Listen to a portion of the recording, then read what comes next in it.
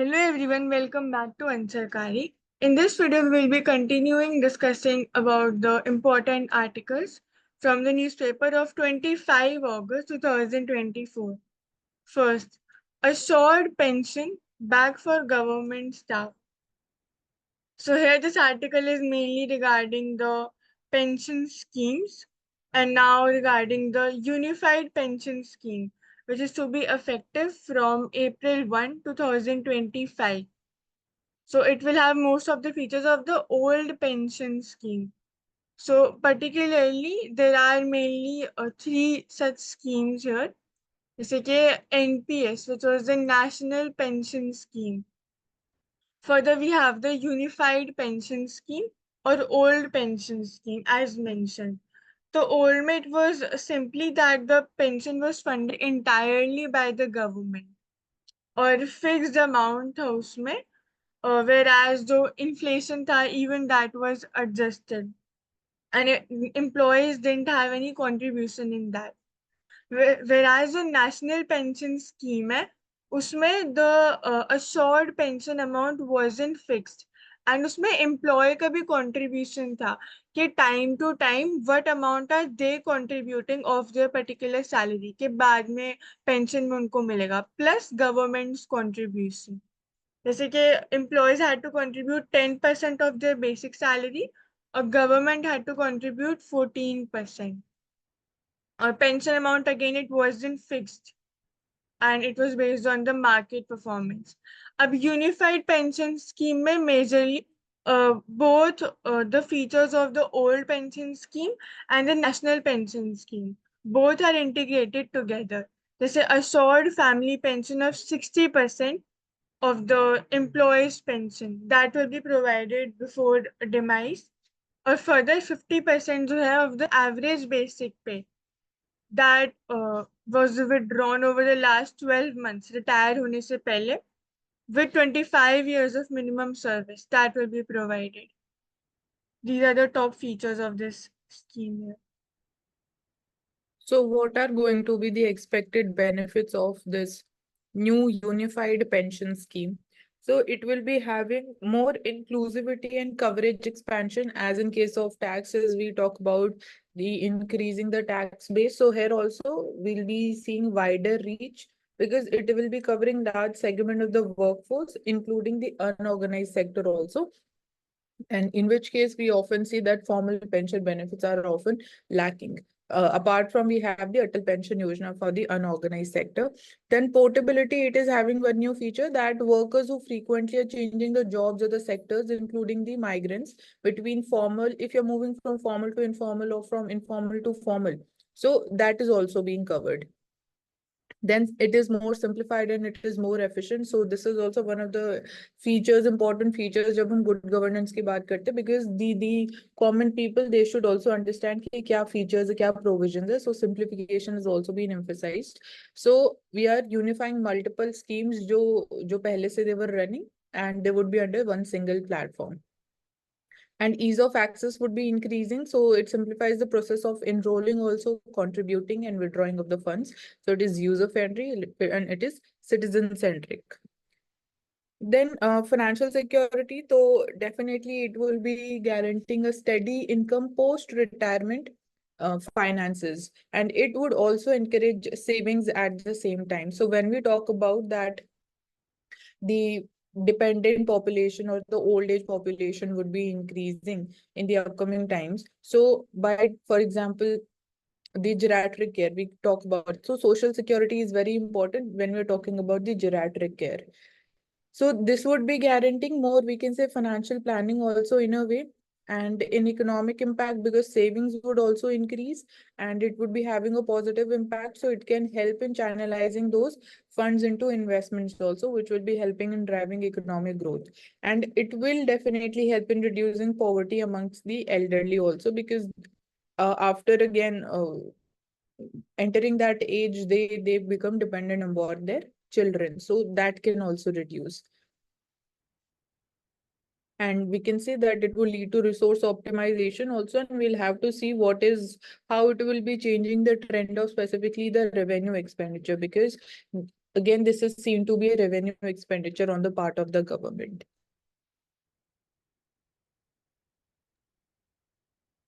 Okay, thank you for that. Next, gold ETF inflows jumped 10x in Jan-July period. So here, this article is about exchange traded fund.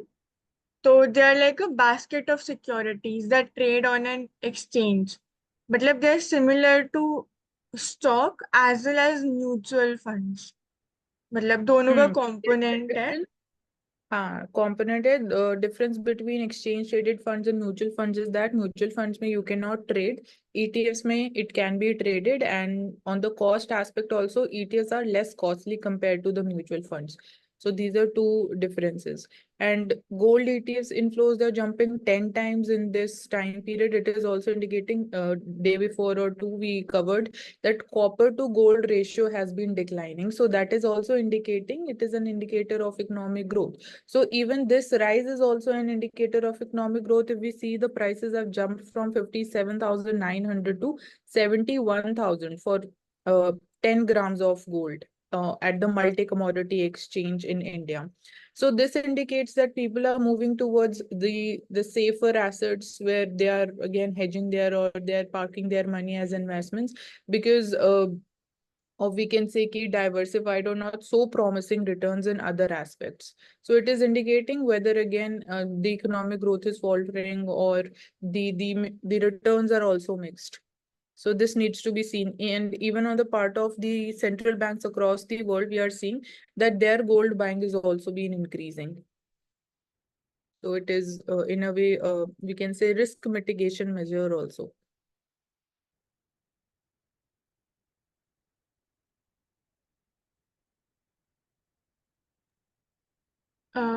Similarly, we also have this article regarding the pension scheme, pension system themselves. So एक यहाँ पर regarding the cost that the Reserve Bank of India that estimated कि जो fiscal cost होएगा of the old pension scheme to be 4 times that of NPS, क्योंकि again उसमें contribution आ जाता है of employees themselves, or employees of the center will be given an option to opt between NPS and अभी जो propose हुई है new UPS. लेकिन अब obviously जो UPS है that will be opted because उसमें ज़्यादा benefits हैं, और जो guarantee है that is also present in UPS. Further अगर हम स्टेट्स की बात करते हैं तो यूजुअली स्टेट्स वही फॉलो करते हैं model that is adopted by the centre. So NPS, which is based on the concept of defined distribution, it was launched in 2004. And old pension scheme is also still visible.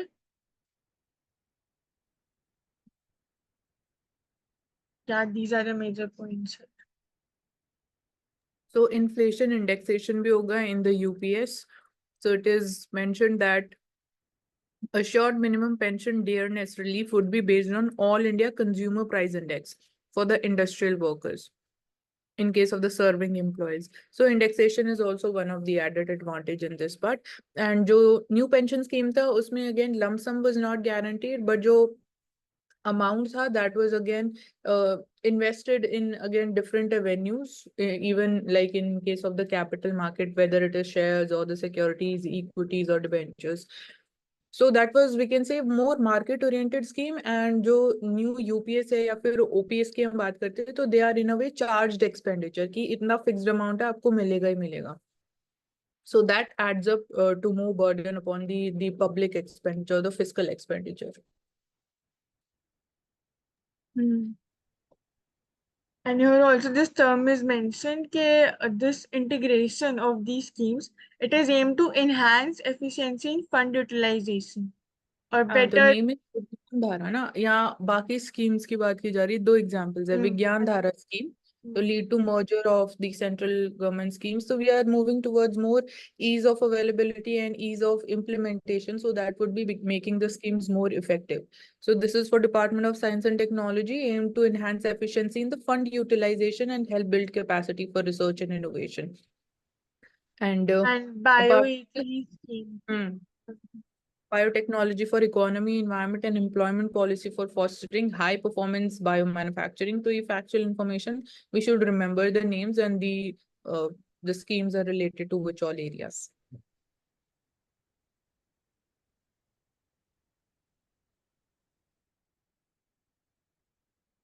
Next, Tamil Nadu space startup launches its first reusable hybrid rocket, Rumi. So here this is Tamil Nadu-based startup which is called Space Zone India. It launched its first reusable hybrid rocket. तो again यहाँ पे integration या फिर involvement देखा जा रहा है of the drawing out sustainable technologies even in the space sector.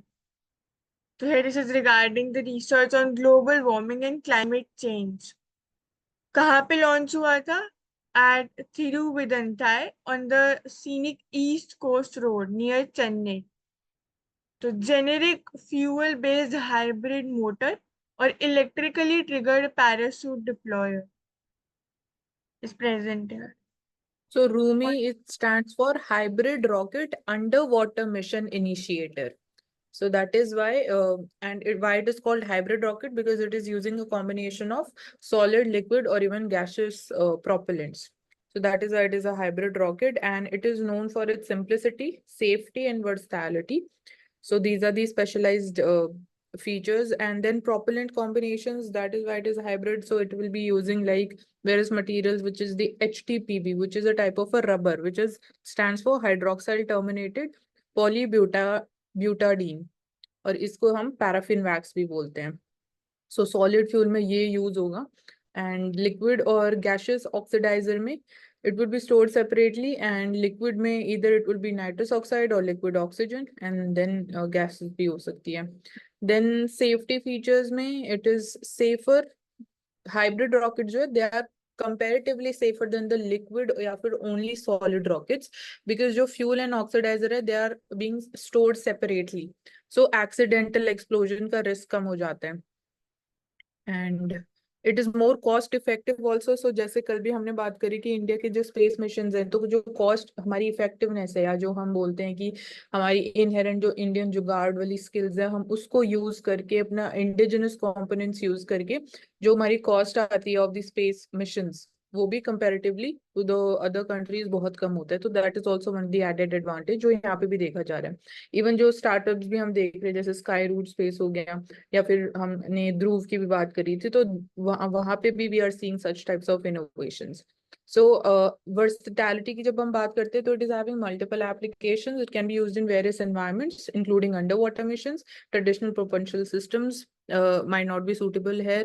Mission flexibility is another advantage. Environmental impact, it is again using more cleaner fuel, and reusable components इसमें use किए गए हैं, so which has helped in reducing the overall cost.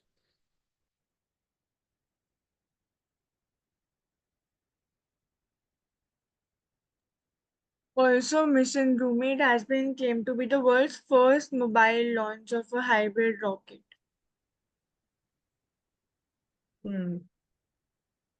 Cube satellite, एक minute ऊपर करो. Launched on CAT-3 cube satellite designed to monitor, collect the data on atmospheric conditions. ठीक है, launch कर दिया already. Next, mapping our history. So this article is about the maps and their trend and importance since centuries. तो यहाँ पे more than 2 centuries ago, English geographer James Rennell printed a map that showed the course of the Ganges from Haridwar to the Bay of Bengal. So 1786 में this map was created. Again, this benefited the East India Company's trade also through the newly discovered route, and go on to aid the colonization of the country. फिर Major Rennell also, he was also General of Bengal, Surveyor General of Bengal for the East India Company in the later period of the 18th century. So he also contributed. And further यहाँ पे important term आ जाती है cartography. which is the art of depicting geographical area. So this peaked during the 17th and 19th centuries. जैसे कि explorers they charted new territories accurately marked locations using longitudes and latitudes. So we talk about the contributions of Indian personalities and the literature. So for example, Vedas and Purans may we see there are certain references to the Earth's geography and which is having again symbolic and mythological terms are being used. So we used to use this term Jambudweep. So this was for central continent surrounded by oceans, having a common feature in these early representations. Then astronomical or mathematical contributions भी हमने देखे in terms of more astronomical and precise calculations, for example, by Aryabhat and Varamir. So they were essential for map making in India. Then Mughal times mein cartography, we saw a blend of certain features like Persian, Islamic, and Indian traditions were used. And particularly under Emperor Akbar, he commissioned the maps for administrative and military purposes. So pictorial, symbolic, ये सब representations थी. And तो Islamic cartography की भी हम बात करते हैं influence on the Indian cartography so here the use of किबला which is the direction of Mecca for the religious purposes. So यहाँ पे भी we see geography coming into the use. And then definitely we later on we had the European influence और जिसको modern cartography बोलते हैं.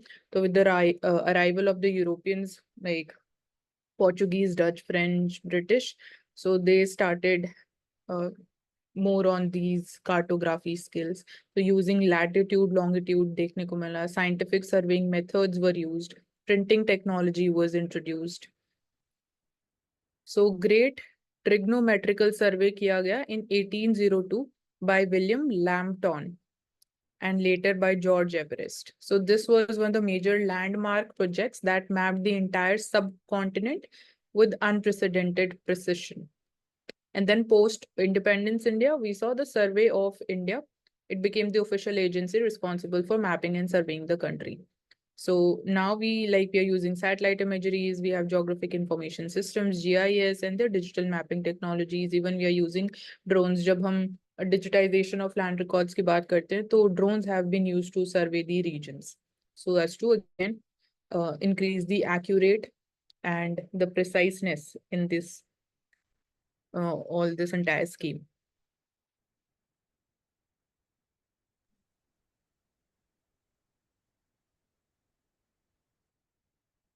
Next is vision or division. Here it is mainly highlighted that again a focus on the uniform civil code and the idea of one nation, one election. Kaise they are majorly important. When we talk about UCC, that is Uniform Civil Code, again it aims to introduce common laws over the various aspects, जैसे कि alimony, marriage, etc., all across all the religions, etc. ताकि common एक structured approach रहे towards such aspects. And for the one nation, one election, mein, again, integration of all the major elections in the country. It's again cost effectiveness, it will be very cost effective. And accountability, mein, there can be issues for the government won't be that accountable because एक ही बार election हो रहे हैं in the 5 years. तो special marriage act की हम बात करते हैं एंड यहाँ पे also every personal law code is based on religion including the Hindu codes but इससे it does not make the code communal this is secular code on marriage namely the special marriage act but ये इतना popular नहीं है among the people of India तो here this is regarding कि क्या इसकी actual में नीड है what is the actual importance of the uniform civil code So when we're talking and about the importance and the potential benefits of the Uniform Civil Code under Article 44 of DPSP, so one would be equality and non-discrimination. In this case, the major benefit that we are looking forward to is gender justice. So, for example, be it marriage, divorce, inheritance related cases. So there we can say more stronger provisions for women. Then legal uniformity would be there between different religions or gender or community. And then we can talk about this would be furthering in more national integration in India as we talk about unity in diversity. So it would be because it would be a uniform set of civil laws. And it would be definitely taking into consideration the religious and the cultural divides, or the we can say the diversities also. So that element is not being eliminated. Like we have the secular model of India, similarly, we'll be having uniform civil code, like even in different states. For example, we talk about Uttarakhand. So there also we are taking into considerations the diversity angle, and that is not being cited. So uske apne jo benefits hain, they would be further helping in strengthening the national integration through UCC. So it would also lead to simplification of the legal systems and jo dependency of cases and in the judiciary. So the justice delivery time that would also reduce. So there would be better, clearer understanding also of the rights of the peoples, the obligations, and reducing confusion and the legal disputes. So social reform hoga because again we can say that this would be modernization of the laws. It would be in sync with the changing social times, the social reforms, and aligning with the more modern values. And then empowerment of the marginalized groups, definitely, as we talked about women also, but even in case of like not just on the basis of gender, but marginalized groups like certain religious minorities, they could again gain greater legal protection and empowerment. Then it would be further uh, improving the administrative efficiency also, because of consistency in the legal decisions that would be increasing, or efficient governance because of again the simpler and the lesser number of laws and uniform laws particularly. And yes, so these are going to be the things. But again, challenges are because of religious diversity and the different personal laws, be it for Hindu religion or the Muslim or Christians or Jews. So how again this would be accepted in reality by the different sections of the society is going to be a challenge. So these are the important areas.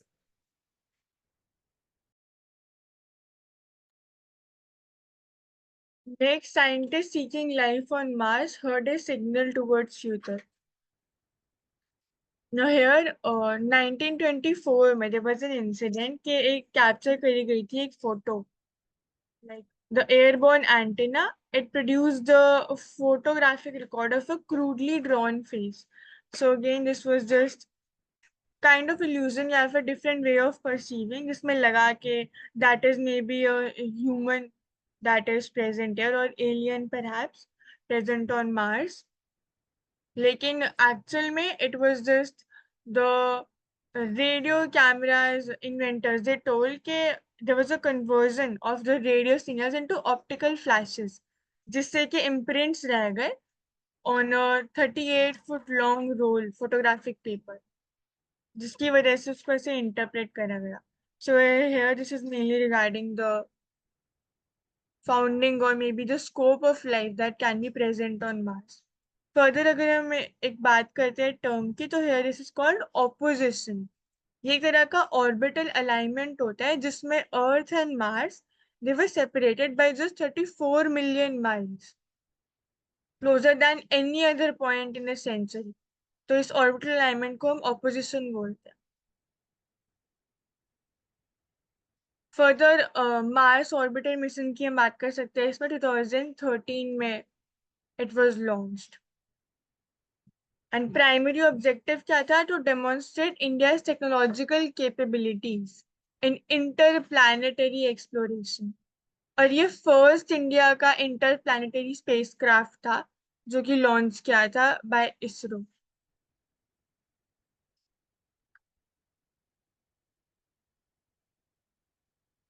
Next, how did the first cells arise? With a little rain study. So life today exists as cells, which are sacs packed with DNA, RNA, proteins, other molecules, cell organelles. Lekin when life arose 4 billion years ago, cells were far simpler. Just even among cells, we see major two distinguishes, such as prokaryotes or eukaryotes. Prokaryotes are the one which do not have nucleus. You're not even well-defined nucleus, but fluid present होता है. whereas eukaryotes में they have a well-defined nucleus and other cell organelles as well. तो ऐसे ही प्रोटोसेल्स की बात हो रही है which first came about and then further इनका recreation कैसे labs में ट्राई करा गया कि कैसे इनका क्रिएशन हुआ है. So these protocells they had started off as membrane-free floating droplets. तो here this is an example कि कैसे फिल्म्स क्रिएट होती हैं जैसे बबल्स ऑफ ऑयल होते हैं अगर वो मर्ज करते हैं into a film on top of water उसी तरीके से कैसे जो आरएनए ड्रॉपलेट्स हैं even they couldn't stay distinct जैसे कि सेल्स रहते हैं एंड फर्दर फ्यूज होने के बाद cells were created. So here Aman Agarwal in 2018, chemical engineer, he discovered a potential solution to this problem. And further Swiss scientists ने भी manage करा to make droplets last for 6 days by pumping chemicals into microscopic channels. This is the process. Protocells, you can remember the term. First cells. Next, highway passing via Gir gets speed monitoring system to save lives. तो गिर national park and wild life sanctuary present in Gujarat और habitat है of Asiatic Lions the Gujarat forest department. अब यहाँ पे protection की बात हो रही है कि कैसे they can prevent the deaths etcetera और द डिप्लीशन और population of their population. तो measures इसमें क्या क्या है? They have set up 16 thermal and optical cameras, 8 pan split zoom cameras, automatic number plate recognition cameras ताकि surveillance रहे better monitoring हो सके. Called the Gear Speed Monitoring System GSMS और speed guns भी यहाँ पे included है और strobe lights भी. So here this is mainly regarding the detection of the speed etc. और presence detect कर सकते हैं of wild animals. उसके बाद we can alert the traffic or the vehicles that are moving there to slow down. So constant monitoring or surveillance is required here. And further speed guns they can actually display on the LED units कि क्या speed है of the vehicle that are passing on this stretch. और साथ ही साथ फिर number plate can also be captured by the cameras. Further, a Sarvakundla Mahua highway that is present in Gir. और यहाँ पे also Junaid Wildlife Circle is also present. Further, अगर हम बात करते हैं कि protected areas spread across Junagadh, Gir Somnath, Amreli and Bhavnagar districts. तो ये वर्ल्ड के ओनली नेचुरल हैबिटेट है of Asiatic Lions. This information is very important है. So when we talking about Asiatic lions, so can we say कि these are the subspecies of lions which are now only found in the Gir forest of India? जब हम पूरे world में population distribution की बात करते हैं, can we say so? They can be present and other places as well but यहाँ पे नेचुरल हैबिटेट की बात हो रही तो नहीं, सिर्फ इंडिया में ही मिलते हैं. Asiatic lions are present only in India and India में भी स्पेसिफिकली गिर फॉरेस्ट ऑफ गुजरात में. पॉपुलेशन नंबर अगर हम बोले तो latest estimates they point towards 675 Asiatic lions left in India. They are also called as Indian lions also. Their IUCN status is endangered. So that is why now we are focusing more upon their protection measures. And we are also talking about relocating the Asiatic lions to Kuno Wildlife Sanctuary in Madhya Pradesh also.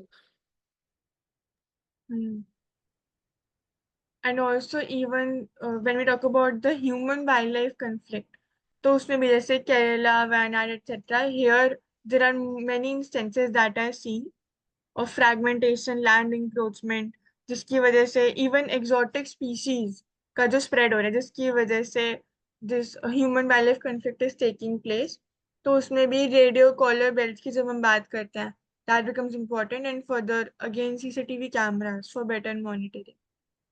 And also their population is increasing, so we should know कि जो इससे भी lower level पे वो fall हो गया था, तो the population has also been increasing, but still it remains low. Gir National Park and Wildlife Sanctuary. Huge rise in cyber crime cases within a year, say police officers.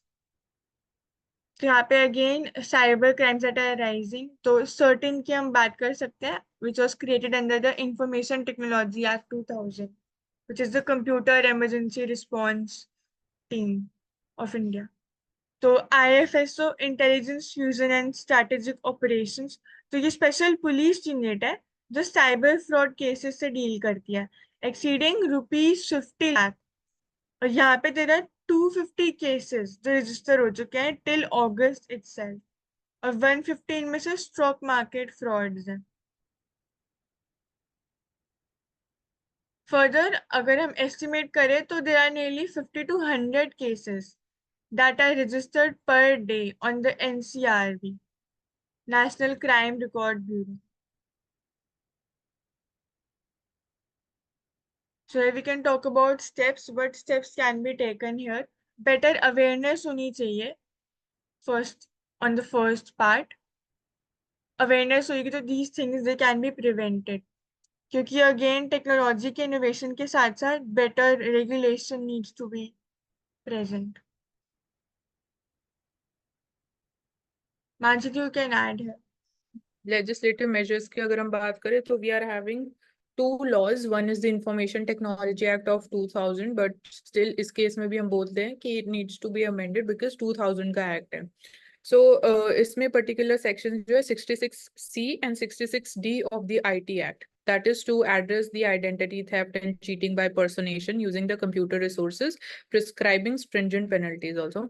Then we have the Personal Data Protection Bill. So this also aims to protect your personal data by regulating collection, storage, and processing. So again, this would be ensuring a reduction of the risk related to the cyber fraud. And we also talk about the data localization, 100% that should take place in India. Then when we're talking about the institutional stakeholders in India, so one is CERT-In, which is again the National Nodal Agency for the cybersecurity incidents. Then we have the National Cyber Coordination Center. This is monitoring the cyber threats and coordinates the responses. And third, we have the Cyber Crime Coordination Center, जिसको हम I4C बोलते हैं. I4C मतलब cyber 4C है इसमें, Cyber Crime Coordination Center.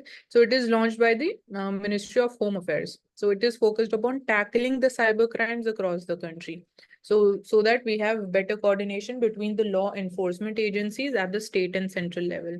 Then on the part of the awareness and the training initiatives, we have the Cyber Swachhta Kendra, which is an initiative under the Digital India campaign. So this is to again better aware the citizens and businesses how to secure their devices and providing free tools to detect and remove the malware also. Then second, we have the National Cybersecurity Awareness Month is also celebrated every October.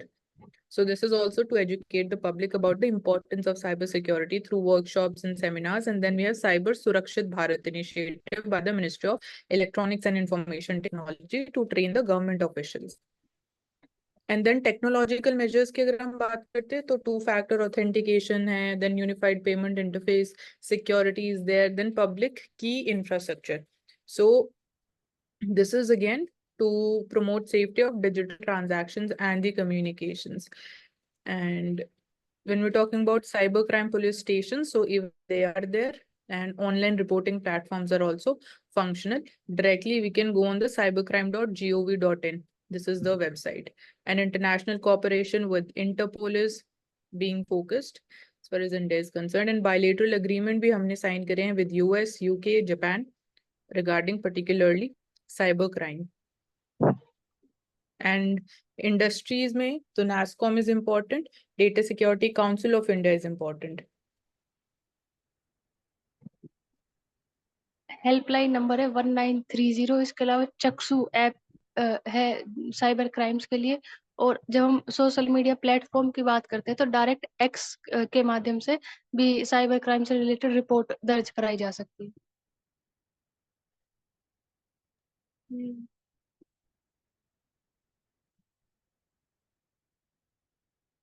Saxena rolls out scheme to empower women with drone technology. So again, inauguration of the center's Namo Drone Didi scheme. So a pan-India plan है that aims at providing women a platform to earn more by using drone technology. So again यहाँ पे labor का जो labor intensivity that can decrease और further और ज़्यादा efficient irrigation etc. that can take place और ज़्यादा target oriented agriculture. और यहाँ पे विमेन एम्पावरमेंट के साथ साथ टेक्नोलॉजी के इंटीग्रेशन के बारे में वी कैन डिस्कस. तो ample employment and entrepreneurship opportunities they will be created. Drone surveys, events, shoots, photography, video recording और agricultural activities like speeding and fertilizer sprinkling they can take place. Training इसमें हो सकती है. Selected women started with drone demonstrations. So majorly three main benefits or three areas would be benefit: women empowerment, agriculture productivity would be further enhanced, and rural development in terms of more integration with the technology and providing a sustainable source of income to women also and other people as well.